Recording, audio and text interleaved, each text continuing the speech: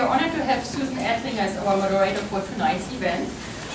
Susan is an industry analyst with the Altimeter Group, where she focuses on social media analytics and strategy. Susan often speaks on social strategy and best practices for business and has been quoted in outlets including the Wall Street Journal, Business Week, the San Francisco Chronicle, and Fast Company. Susan will now give you an introduction to the topic and introduce your attention. Sure, thank you so much, Caroline. And it's such a pleasure actually to be in a room where people can pronounce my last name. Thank you all for that. So yes, I'm an industry analyst at Altimeter Group, and we focus on the effects of disruptive technologies on business. And what that means in many cases, and a lot of our focus in the last couple of years has been on social technologies, because they do, as they mature, particularly create tremendous disruption for business, which we'll be talking about at the panel tonight. My personal focus is on social data and analytics, so I look at how companies can learn from what's happening on the social web, what people are saying about you, how your programs are performing, and integrate those insights into actionable business plans. So my research focuses on both listening and also on topics such as social media ROI. That was my last research report. To the left of me is Ted Sapousis, who is the Vice President of Social Media for SAP. To his left is Martin Doettling, who is the CMO of Webtrends. And then we have Len Devanna, who is the Director of Social Business Strategy at Anti-View, just acquired by PricewaterhouseCoopers. And then at the end, we have Nicola Lange, who is from Lufthansa. And I'd like to start actually with you, Nicola, because one of the things that I thought was so remarkable about the introduction is that Nicola's title is Director of Marketing and Customer Relations. And this is kind of a new thing that we're seeing. We're moving now into 2013, or at least into planning for 2013, and social media and social business and social marketing have evolved so much. So I would love it if you could start, Nicola, by just talking a little bit about where you are with social business at Lufthansa now, and sort of how you're thinking about what you've accomplished in 2012 and what you're thinking about as priorities for the next year. Thank you so much for the introduction. So I would say Lufthansa actually started taking social media completely on board in the year 2008. And I would say now in 2012, we have finally reached the stage where our board understands how important it is. It took us really 4 years to make them realize what social media can do, and there were incidents along the way that helped us. So now we are actually in the position that our board, even when they talk to customers, they talk about not only marketing and the brand, but about social media. That's a good thing. I think that it's going to be interesting in the next years to come, 2013, looking at my title, to really also focus on not only the communication part, but then also the customer relations part when it comes to social media. You cannot open up social media channels like Facebook and Twitter and not be prepared for customer complaints coming in. So that's something that you need to be prepared for. Was that a driver in bringing those two functions together? It actually wasn't, but I have to say the social media topic was more or less launched here in the US, not in Germany. And it came about through the customer relations team, actually, when they started monitoring Flyer Talk, which is a social media, very, very savvy social media group of flyers, travelers who fly every day and who exchange information every day. And that's how we actually got started, by an employee who was in customer relations, who found this channel and listened in, and then stepped in and participated in the conversation, and that's how we got started. Got it. So one of the kind of interesting dichotomies here is that Nicola represents the business-to-consumer world and Ted represents the business-to-business world. So how is this different at SAP, since you're going to speak for all business-to-business companies right now? We are much better than business-to-consumer. Better enough? Thank you. Thank you. So it's interesting. Maybe I'll add a preamble to what you said, Susan, because for us, social is actually to a large extent breaking down the barriers between what we typically thought of as B2C and B2B. And we kind of internalized this a few years ago when we realized that, we didn't realize it then, but we realized that there were conversations that were already happening. And these were conversations with real people, and you will regularly hear our CMO talk about the fact that it's not nameless buildings that buy our software, it's actually people, and it's not even users, it's real people. And sometimes, of course, the people that buy our software are not the people that are using it. So that's kind of my first observation. Now, if I take a step back, we had a similar journey to what Nicola described, only we started a few years earlier. And we started in our kind of journey, if you will, in 2003, when we had an emerging product in our software portfolio that we wanted to actually, its viability depended on building an ecosystem of developers.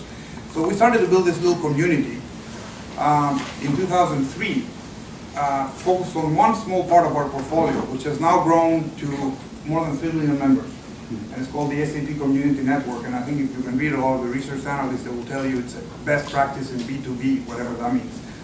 But the reality is, we have a lot of experience, and of course, back in 2003, the term social media didn't exist. Web 2.0 didn't even exist back then. We didn't know, we just wanted to build a community. The reality is most of that experience though focused on what I would say kind of the post-sale cycle. It was really all about customers, developers, partners, helping each other both with implementation but also support issues. Slowly but steadily our own customer support organization started to come in. But it was only, I would say, 4 or 5 years ago where we started to look at social as an opportunity also in the, let's say, the broadly speaking pre-sales part of the equation. And of course we started building teams and resources within marketing. And I would say that we're at a place now where I believe that within marketing, so to speak, to a large extent we have cracked the nut. We have a lot of opportunities where now social is actually truly embedded in all the campaigns and all the different programs we do. For us, the challenge as we look ahead into the next year or two is really now how do we take all the things that we've learned in marketing and apply them across our entire business. And that includes, of course, areas like the product development organization, and equally importantly, and even more importantly, I would say, the sales organization. So it's interesting because so my colleague Jeremiah Aoyang did a research report earlier this year, I think it was published in February, in which he interviewed 140 enterprise class companies and spoke to their social strategists, and also conducted a survey in which he found out that the average enterprise class company has 178 social media accounts. And actually I think SAP has more than that in something. But I've certainly heard this from other large companies. 178, we have 178, in the back door. But 178 social media accounts. That's roughly 40 Facebook pages, 40 Twitter handles. These are all owned corporate properties that somebody's maintaining, somebody's started, somebody's responsible for. I hope somebody's got a budget for somewhere, and somebody's coming up with some metrics in a back room, I hope. All the way down to Flickr and everything else. And so the question becomes, is that a good number or a bad number? And the answer really, I think, is, to kind of that's your question, is that it really depends on whether they're being well handled, whether they're looked after, whether there's some business value accruing from them. So then at the other side, just in terms of maturity, he also found that on average, among this cohort, they had 13 departments within the organization who were actively engaged in social media. And that starts with the obvious marketing, digital marketing, public relations and corporate communications. Then it jumps down to social support, so customer service. Then from there it goes to HR, product development, executives, field sales, which also I think speaks to Ted's point, or field marketing. And then legal and compliance.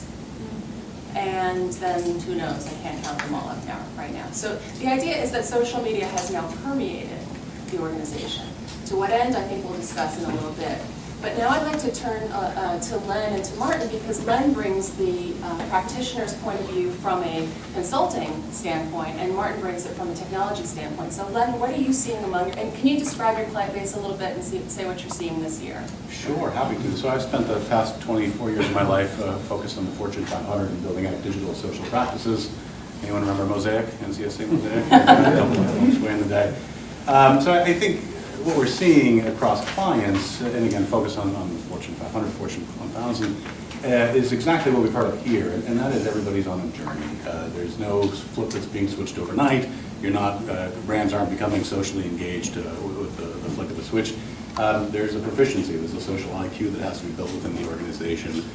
Some of the more successful brands that I've seen do an inside-out approach, where they build up proficiency inside the company within the confines of the firewall. They help their employee base get comfortable with this emerging technology, if you will, and ultimately start to begin the foray outside with sort of a higher level of social IQ, if you will.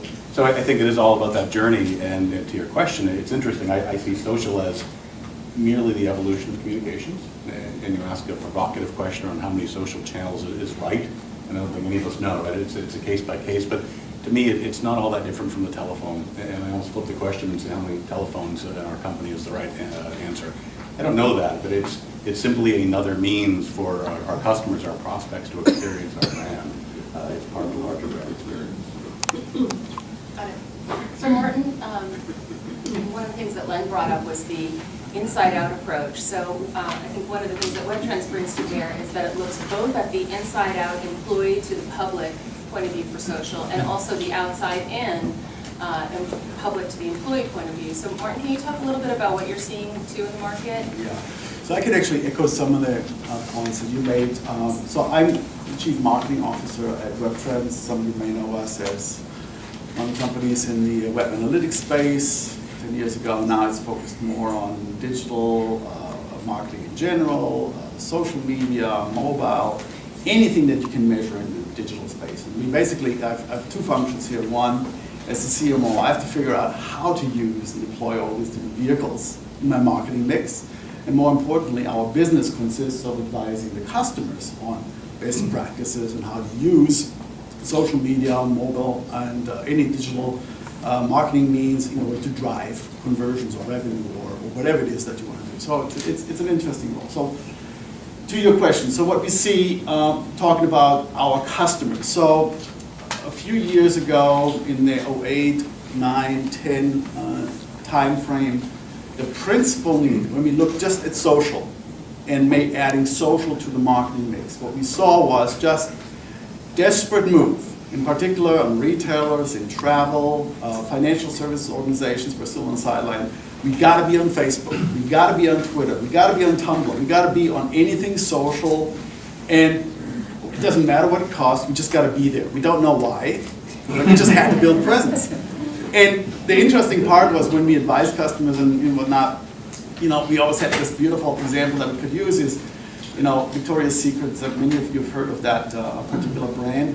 They had early on, when Facebook just started, they had 10 million followers. I just peaked, they're at 20 million now, right? It's unattainable for any normal business to get 20 million. Victoria's Secret has followers for many different reasons. It's not marketing. But that notwithstanding, the interesting pivot, if you will, has happened in the last 2 years where rather than going full bore, aggressively investing in all the different channels, now executives and companies are asking, well, what's the return? What are we getting back? What is the function of social as part of overall marketing? So, and that's where companies like us, and I think you guys also come in, and we advise not only on best practices across industries, but also what are the metrics? And what metrics do you want to establish? Some companies want conversion metrics. How does my social media engagement, my social media dollars, really drive direct revenue? It's a minority of companies because commerce is not really evolved yet. More importantly is engagement, and then how can you express engagement as a number, as a value, as an ROI item, as it fits into other things. And I think that's where it gets really, really interesting. You see a lot of things. And of course now with Facebook boasting 1 billion active members, the question gets even more interesting. So that's one aspect, and hopefully I can share some examples on that. The other aspect is, and this is not something that we drove as a company or our customers drove. It's mostly this experience that, as employees bring devices into the companies, their own phones, they want to use social media. in that environment, they bring that experience now to the enterprise. And the enterprise has to figure out, well, what can we offer inside the company that takes advantage of this transparency, this democratization of social voice in the enterprise and make it work for us. Control it, but also make it work for us. So our employees are engaged with new ideas. They contribute their ideas to greater good of the company, and maybe they represent the voice of the customer in some instances. And that's where things come in, like as you've seen lately, the IPO of Jive. We have initiatives around SharePoint, and Microsoft just bought Yammer to add the social component of that. So we see more and more activity around that. Why? Not to influence the employees, but more importantly, for companies to get close to employees, give them a voice, and give them a vehicle where they can collaborate using the social skills they have acquired, using Facebook and those environments inside the enterprise. And that's very, very interesting. So one of the customers today, we closed the business today. I just saw it and looked at the description from the salesperson, why closed? And he said, well, company in Sweden, big telco company, for them all web properties are all the same, whether it's intranet, extranet, or customer net, whatnot. They want metrics, and they want metrics where they can look at engagement using the same metrics. So for them, it's all the same, and I think that's a new development. I've not seen it as broadly evolved, but it is happening as well, and I think that's something to watch. Yeah, I mean, I'm definitely seeing that. There was a report eConsultancy did at the end of last year. I'm going to give you as much data as I can remember.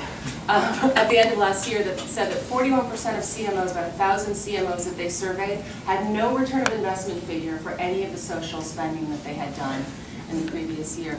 I did a report that published about 2 months ago called the Social Media ROI Cookbook, in which I interviewed about 15 or 20 brands and about 35 technology vendors to say, how do you measure not just the ROI, but let's just start with the R part, the revenue impact, because let's be honest, nobody has figured out the investment at all. If you look at it on an aggregate basis, I know one person, a social strategist in a Fortune 500 company, who is actually with an Excel spreadsheet trying to figure out every penny they've invested in social media across the organization. And she, when the world ends, she will still be there with her Excel spreadsheet trying to figure it out.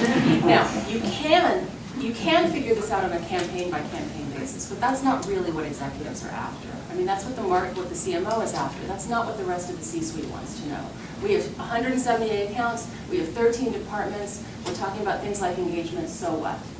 And so what I found actually in the research that I did was that the biggest challenge that companies had, and this was 56% of the companies I spoke to or surveyed, said that they had no return of investment figure, or no, so the challenge was tying social media to business outcomes. Not just revenue generation, but things like brand health, things like customer satisfaction, loyalty, total lifetime customer value, things like that. And so now what we're seeing are organizations who are correlating the social data from their social media management and marketing systems with their business metrics. So with that, we've also seen a slew of acquisitions and M&A activity happening in the Valley, and we're starting to see social become more integrated into the business and into the business process. So this is kind of my next round of questions for you.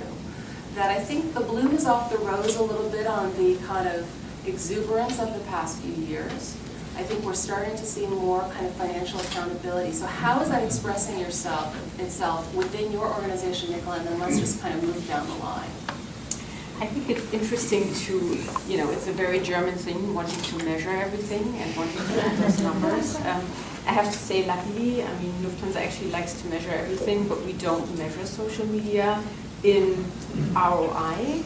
I would actually like to turn it around and say, what if we weren't in social media, and what harm can it do? And the airline industry is a very touchy industry, and I don't know if you're familiar with a guy called Dave Carroll who flew on United, and United broke his guitar. The harm that was done to United's brand, I would question what that did to and what they could have done in order to prevent it. And I can tell you, he actually flew on Lufthansa about a year ago, and we lost his instruments. And I woke up at 5 o'clock in the morning because I was coming back from Germany, and I opened up my Facebook page and I saw a DM from one of my colleagues, and she said, "Does Dave Carroll, does the name ring a bell?" Oh my goodness, I see a video coming up. And so we reached out to him, and he actually reached out to us on Facebook and on Twitter, very kindly saying, "Lufthansa, you lost my instruments, help." And I went to his Facebook page, and people were commenting, and they were like, "Oh, new video, haha." And there was one comment saying, "Just wait, I think Lufthansa is going to get it right." And so we reached out to him, we were in direct contact with him, and we found his instruments, we located them, we told them on basically an hourly basis where they are, and he was going to Siberia. It's not really a destination we fly 3 times a day. And we actually managed to get his instruments there 1 hour before his sound check. And he reached out to all of his followers again on Facebook and on Twitter and said, "Lufthansa just got it right. I have my instruments. Thank you for taking this channel seriously." So I would like to turn it around and say, how much harm do you do if you're not on those channels? I'll jump on that bandwagon very, very quickly, and I'll bring it back to the telephone analogy. What's the ROI of the phone? What's the ROI of email? And that's not for a second suggest that we shouldn't be measuring these things, because I believe there are legitimate opportunities to measure. But increasingly, consumers are expecting brands to be present. They're expecting brands to be where the consumer is and be available to engage them. And I'll get these numbers slightly wrong. If you want the report, you can find me on Twitter and I'll happily share it. But it was 2012 data that suggested from 500 consumers surveyed, if I try and engage a brand on a social, and if they're not there, or if they choose not to engage me, that's going to cause an emotional reaction.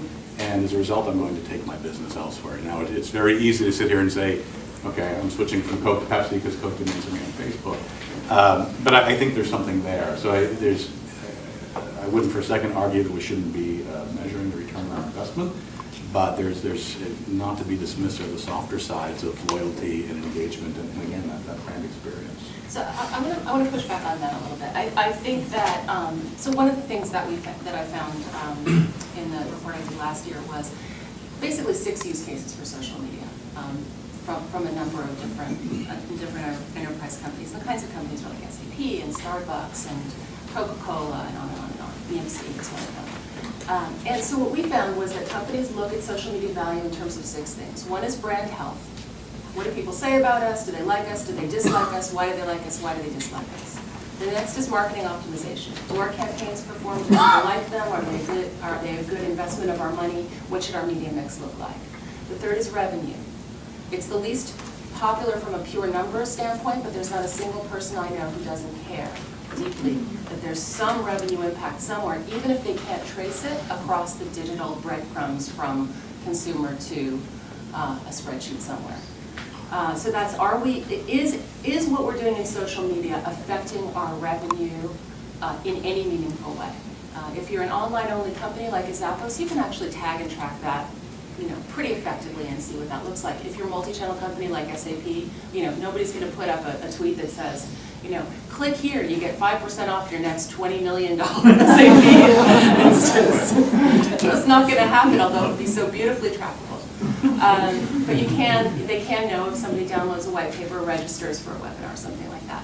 The next is marketing. The next is operational efficiency. So, are we able to do with social media something that we would have to spend more money on if we were to try to do it by hiring people?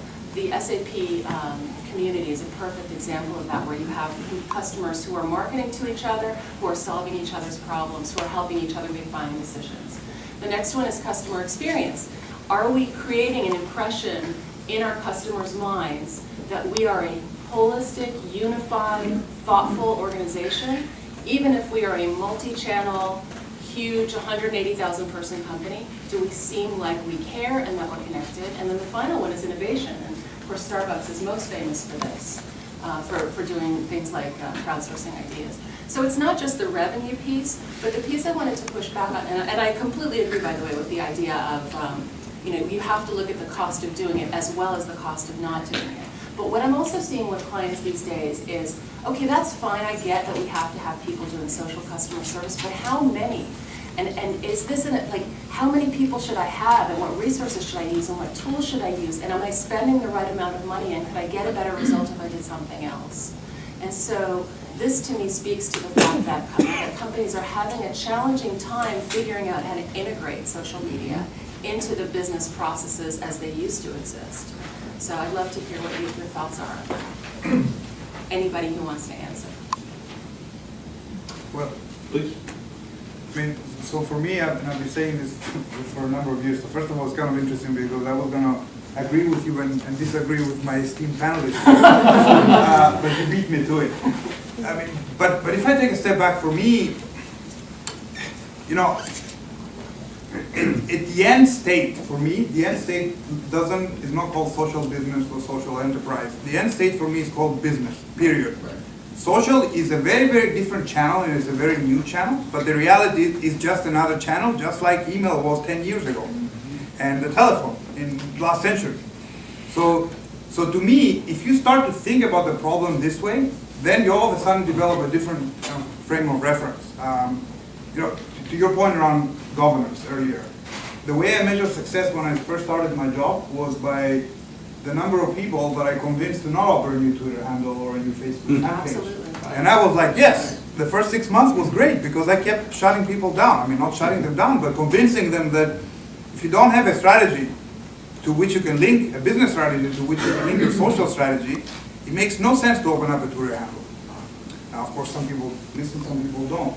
But I think the answer in general in the state where we are in today as an industry to say, if we're not present, bad things will happen to us. Yes, absolutely, we need to be present, but it's too easy for me. It's too easy in that it gets us off the hook. And I'm not saying we're going to get to the level of sophistication email marketing is today immediately, but we have to get to a stage where we're able to really quantify what we are delivering to our organization. And you're right, for us it's a little bit more difficult to attribute revenue. We have a few anecdotal examples and we're trying to get to that stage. But a lot of it is really playing at the top end of the funnel, but still there you can measure the impact that the investments that you're making in social are having on your brand value or having on how engaged your customers are and so on. And we have different ways that we're measuring this today. But when people tell me, oh, there's no way to measure social because we have to do social, I don't know, I get all tingly. Not suggesting that, for the record. No, and I know, and I'm just painting a very black and white picture. I know both of you didn't say this. Yeah. I didn't want to put words in your I'm mouth. selling all my SAP gear. So I'm not disagreeing. I think you made a good point, and I think it's part of what we see in an evolving model that includes a couple of other channels. However, as a business that serves multiple industries, we actually see some very distinct models evolving in different industries. So one I can specifically talk about is retail, right? Because retail is a very straightforward model. It's selling to the consumer, and the only measure of success is, how much did you sell, and how much more did you sell, and how do these different channels involve that. Travel is slowly getting there because travel is all online, right? There's almost no brick and mortar anymore, so it's an interesting model. I want to share some numbers, real data about retail, and maybe make some conclusions on that. So before I joined Webtrends, I was with IBM for a few years in the Smarter Commerce division as a Smarter Commerce executive. You guys have seen the commercials and all that. That's Smarter Planet, Smarter Commerce. It's a new way of looking at business, and it wants to be social, and it wants to be inclusive, and looks at end-to-end solutions. So we publish, twice a year we publish industry benchmarks, this one in particular for retail. The last one I was involved in was just published in June. You can download it from IBM. It's called the 2012 Annual Holiday Retail Readiness Report, blah, blah, blah. So there's a lot of data in there about what trends evolve, and some of it is social and some of it is mobile. And the interesting takeaway there are, so as you know, it's lots of numbers, but I want to put it in perspective. So for retail, the online portion of all sales is Does anybody know? Of overall sales in retail? Digital is less than 10%, okay? At 200 billion. Forecast is it'll hit 300 billion in the next 2 years, still at 10%. So massive growth, but in absolute terms, it's still a small portion of that. Okay, now if you look at that, okay, and then take the mobile numbers, because mobile has been just an absolute tear. Why? Because we all have the phones in the car and wherever we are. We check out Amazon and this and that and the other thing. So, of the overall traffic to retail sites, right, mobile has gone within 1 year from 7% to 15%.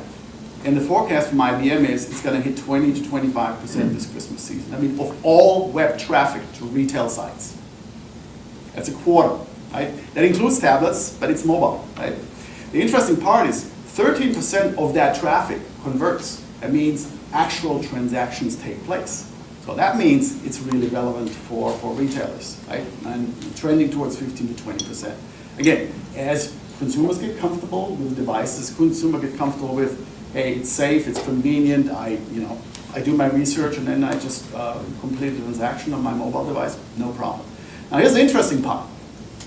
Of all the social traffic to retailer sites, okay, only 1% of overall traffic comes from social sites. So from Facebook primarily, some of the others too, but it's only 1%. It's actually stayed steady at 1% for the last 2 to 3 years. Absolutely no movement.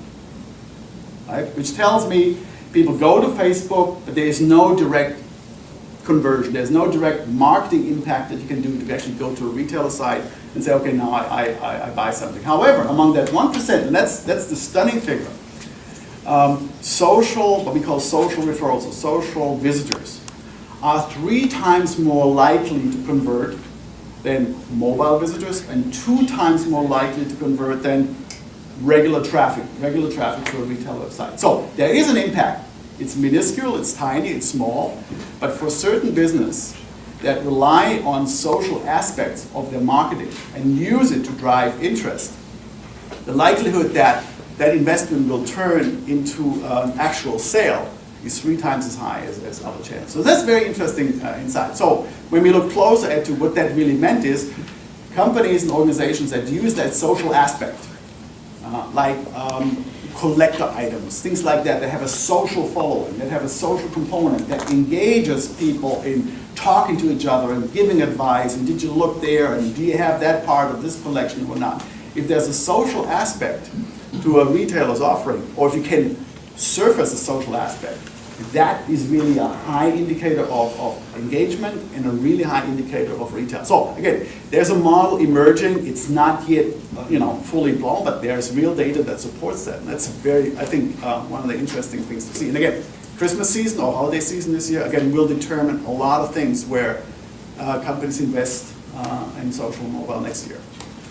If I may say something, Lufthansa has also tried, of course, to use social media in order to sell tickets. Obviously, that's what we want. And it's, it hasn't been working that well so far.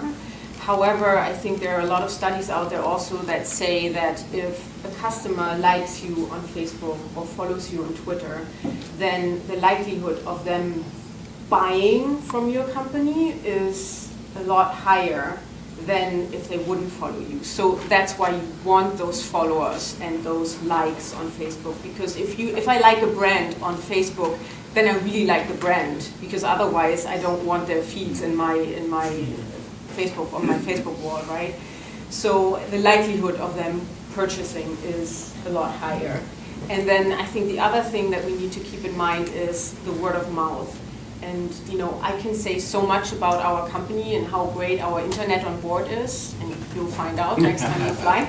But it's really it comes down to if somebody else, if your friend tells you, I was on Lufthansa and I used internet and it's amazing, then you believe it so much more. So the word of mouth is so important, and that's why social media, I think, is so important to companies, because if our brand ambassadors that we have become our advertising agency and spread the word, it has so much more impact. And I think that's Just in addition to what it can do, I think, even if it's not measurable in tickets for Lufthansa right now, I can definitely say it has an impact on sales. Yeah, I'll jump on it. We're going down a consumer retail path. We're going deep, huh? Absolutely. But just sort of That works for you. somewhere between both of these points, I, as a digital consumer, will not make a purchase, I don't care how big or small it is, until I search online for other consumers' opinions, not the brand's perspective. And I think what's interesting there to the information Mark was sharing is that there's not necessarily a direct connect from me going off to any opinions or to Travelocity and seeing that, oh, people as a general rule like this brand, and hence I'm going to pay my hard-earned money. So that word, I'm just jumping on that word of mouth bandwagon. It's tremendously important. I think it comes back to the point of the danger of not being present. There's also the danger of not being aware of the conversations about your brand. And that to me is very, very significant. Yeah, and you know, I want to clarify, I mean, I didn't mean that to be critical. The point was that you have to have a strategy. And the strategy, and one of the best definitions of strategy I've ever heard is so simple. It's determining what you will do and what you won't do. And not every brand is the same. And so if Lufthansa and many other travel and hospitality brands, if the thing that moves the needle is making customers happy, and it is for every customer, let's know that, but if the highest priority item is to make sure that customers stay happy and happy customers talk and unhappy customers have their problems resolved in a dignified way, then absolutely, you know, that's where you should be focusing on that customer experience use case. Where I think companies do, you know, not present company accepted, but where I do think companies can fall down is trying to kind of hit that whole spectrum by saying that there's this thing called engagement that just has an innate quality of good to it. And I think the real distinction between organizations that do this well and organizations that don't is understanding what's important to you and how you know whether you've met that goal. It doesn't necessarily mean that you need to have a column full of numbers to do that. You may have, and in fact I found this both with SAP and now I'm hearing this with you as well, anecdotal data may just serve, you know, in combination with other data points to tell you where you are. But you know, it's occurring to me that we are, you know, we're close to the middle of October. We're getting into, I hope we are, fourth quarter planning and 2013 planning. So I'm just curious to know a little bit from all of you as to, you know, what do you see changing now? What do you think will be your areas of focus? What are you worried about? And what are you excited about for next year? Jump in, whoever would like to. I'll lead with one. I believe that we're trending towards the need for I would say sort of the reinvigoration of our digital experience. I think we've grown up in such a way that we all launched websites in the mid-90s, and they were very static. They were very push-oriented. In many cases, groups or companies started experimenting. The social team oftentimes cropped up, or in worst cases, sort of experimenters disconnected from the primary platform. So I do think it's a rationalization of this oftentimes convoluted experience that brands have built that spans traditional web, social, and mobile. There's a lot of work that has to be done to undo some of the wrongs. Martin, you were going to give a thought. Well, yeah, I mean, the way I describe this to people who work in my company, people who work in my team is, and I actually say, you know, the big picture, we're actually fortunate to work in this industry right now because what we experience, and I think Lufthansa is going through that, is a complete redefinition of how brands relate to consumers and how consumers relate to business. It's a complete change. I hate to use paradigm shift, but it's a completely different thing. And the interesting thing is consumer-led. It's the connected consumer, it's Generation C, some people use that expression. It's the consumers are driving it, not the business. And the business is following and trying to catch up with what is actually happening and how consumers interact with brands, with travel, with their travel needs, with their buying needs, with their general comfort and whatnot. That's the fascinating part. And even we look at this 2012, 2013, it will look completely different again in 15, 16, 2015, 16. And will be completely redefined. And even look at I have a 12-year-old, so, it's fascinating in itself, but that kid grows up with an iPhone and an iPad. She knows nothing else. And of course you do everything on this thing. Your research, your homework, your submit your homework to the cloud, to the school so they can grade it. They upload, I mean, even in music, the homework is to play a song, you upload it, and the teacher like critiques it because they can do it all night. Fascinating, right? And that behavior will determine how she is a consumer as a young adult and as an adult, and how she wants to interact with businesses. And those businesses that do not get it, they'll be left behind. Right? And it's fascinating. That's what's exciting. Ted, what's on your mind for next year? So there's two things that we're working on right now. One is, and I alluded to this at the beginning, so far this has been, let's say, a marketing-led journey. We are now trying to figure out how do we make this an SAP-led journey, if you will, where we're still, our team's still in one of the org models you have. I mean, for me, the end state, as I said, looks like the, what do you call it now? I think Jeremiah calls it the fully integrated. Oh, the dandelion, yeah. The hub, multiple hub and spoke. No, that's not the end state. Oh, the holistic. The holistic, yes, thank you, that's the word I was looking for. We're in a multi-hub and spoke model today. We have strengthened, I think, the core, which is kind of the team I'm in. But we now need to enable the rest of the organization. And then the second area where we're seriously starting to look at is, as we were discussing before, is selling, social selling. And it's kind of interesting. I mean, I could not agree more with both of you or all three of you on this whole word of mouth discussion, because for us this is extremely critical. But what's not so intuitive is for a business that sells to businesses, and yes, some of our solutions are 7 or 8 digits long, but we also have products that you can buy on SAP.com for $50. And we have anecdotal information, by the way, and I've been part of some of those early experiments where people were actually, whether it's Twitter or a LinkedIn group, are actively saying, I'm looking to buy product X or Y from SAP. Can somebody help me? The best example I have, and this shows you, A, the opportunity, but B, to your point, how do you actually transform the company to do this? We have one of our lower end products is something as I said, you can buy for $50. There was a specific individual who was an administrator of a university that tweeted something to the effect of, I'm trying to buy 11,000 seats of, it's called Crystal Reports, but SAP doesn't want to sell it to me. No, it's a true story. It so happened that our CMO has been obviously a practitioner himself for many years. So it just, on his Twitter stream, it caught his eye. So he immediately connected with this person. And I was part of that internal journey to try to go from a tweet to actually closing a transaction where we had to actually interface now with our partner organization. Then we had to interface to find a partner to buy this, because you can't really buy this direct. Then to find the partner organization, then within the partner organization to find the actual salesperson, connect them offline, but eventually, actually in 3 days, we closed that transaction. But if you actually see the chain of emails, this is not scalable. So one of the things is, how do you make this scalable? Because I truly believe the opportunity is there. That's why they call it disruptive.